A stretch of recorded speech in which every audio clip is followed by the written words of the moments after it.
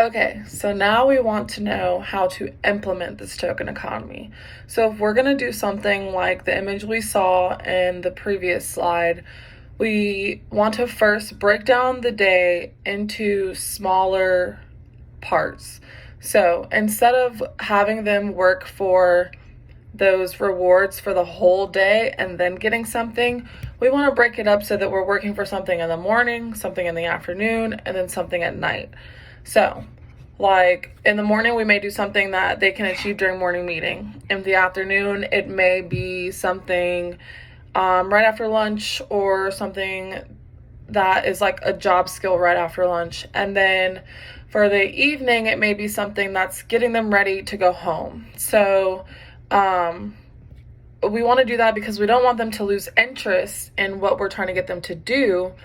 And also that helps with the next step, which is choosing at least, or minimum, I would say, 3 behaviors that we want to focus on. One of those behaviors is one that they're doing really well, so we know we're going to hit that.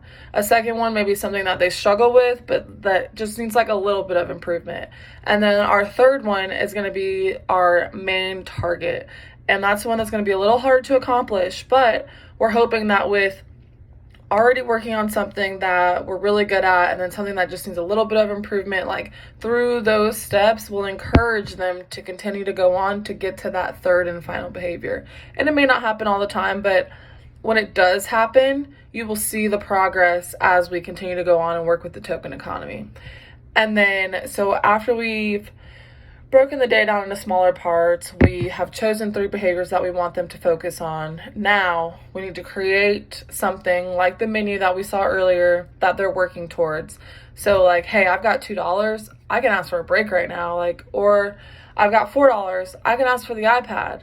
So it's working towards those little things and having something to where they can look at and visually see, that's what I want, this is what I'm working for. And then we want to frame those desired behaviors in a positive way. So instead of saying like, don't hit so-and-so, we want to say, let's have nice hands.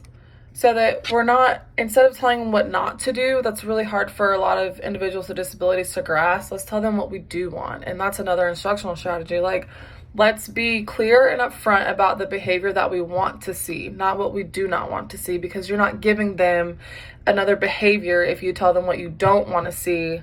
You want to show them, hey, this is what I do want to see. This is what I expect. And you're telling them that, so now, okay, now I know.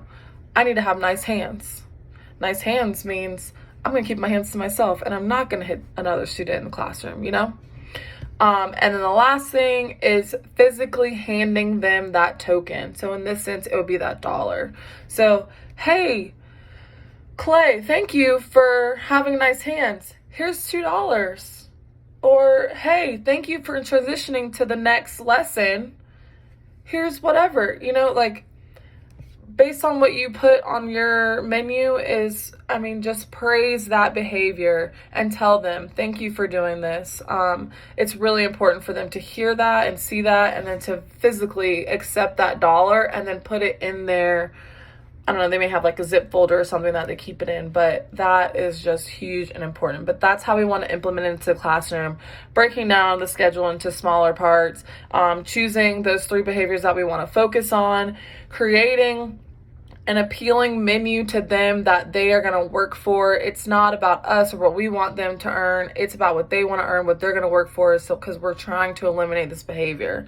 And then, we are framing those desired behaviors in a positive way. We're telling them what we want to see, and not what we do not want to see. We are giving them a solution. And then last but not least, of course, handing them that $1 so they can physically feel and see, I just earned this for having nice hands, or I just earned this for completing this task. Like, they need to hear and see and feel everything that they're working for in that moment.